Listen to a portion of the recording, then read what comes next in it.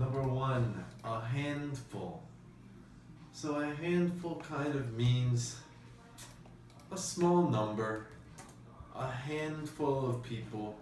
When you think of how many objects you can fit in your hand, it's more than one or two, but it's not that many. So you can think of similar words to use. You could say, there is no real definition for a couple, a few, several. Actually, technically, a couple means two, right? A couple. But really, people say, even if it's just three or four, give me a couple, or give me a few, or give me several. We kind of use them the same way. People might argue. In my mind, maybe couple, few, several, but it's all the same thing. Like two to in between 2 and 6 or something like that. A handful, similar, maybe 3, 4, 8. So it depends. But it's not a large number. It's a small number. So the example sentence here says, a handful of students came to the summer class. So not that many.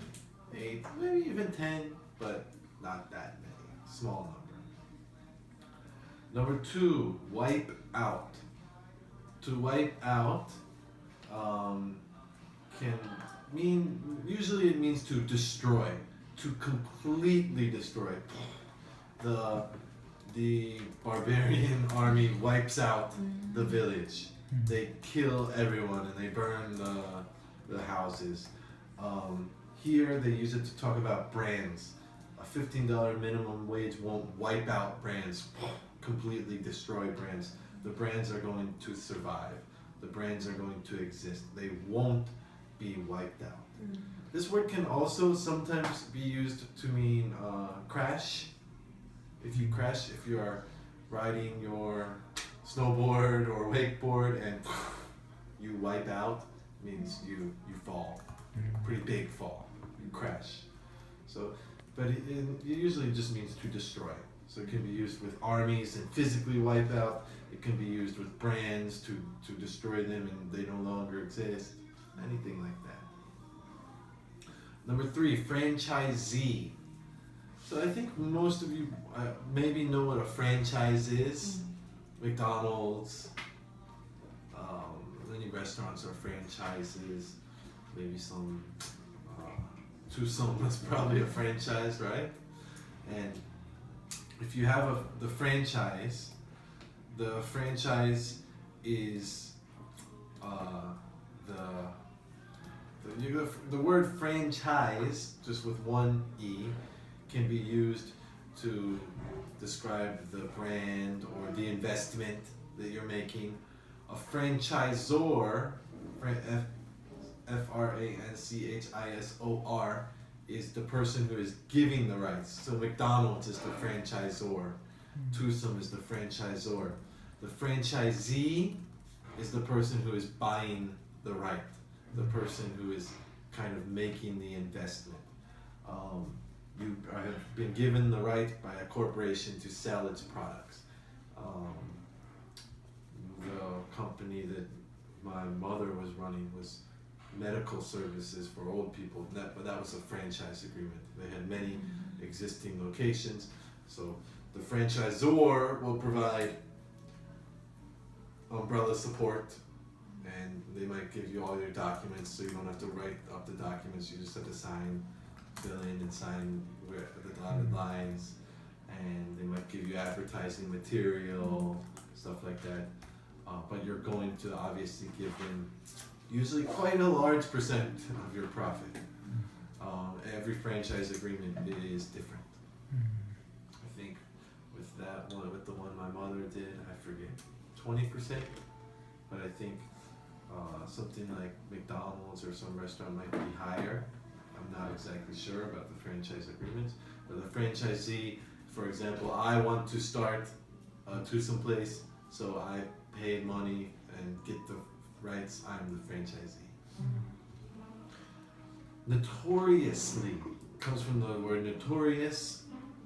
Notoriously means it is famous. Everyone knows about it, but usually for a bad reason, or kind of a bad reason.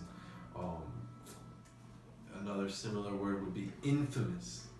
So if something is famous, or if someone is famous, everyone knows them. If they are infamous, everyone knows about them because of something kind of bad. O.J. Simpson, maybe infamous. Everyone knows about him. Before he was famous, now he is infamous. He was a football player, but now he is known for being we think, murderer, right? So, notorious. It is, you're known for something bad. In our topic, in our video, it says higher product costs could make up for some lost revenue, but customers are notoriously sensitive to price increases. So the reason they're using notoriously there is because if the customers aren't going to buy anymore when the price increases, so it's a net bad thing, right? If the price goes up, they don't buy, so it's kind of a bad thing. Notoriously sensitive to price increases, they won't buy. And number 5, kiosk. This is pretty simple. It's just like a small structure, a small stand would be like another word, a stand where they are selling something. The thing I think of is in the subway. I can see some kiosk. So probably the Ajima is there selling milk, juice, newspapers. The little booth or stand. It's very small, just probably big enough for one person to stand or sit inside there. They are selling them. You see kiosks at train station, bus station, in the subways. Also, sometimes if you want to buy something, in our video, they call those McDonald's touchscreen, kind of like a kiosk.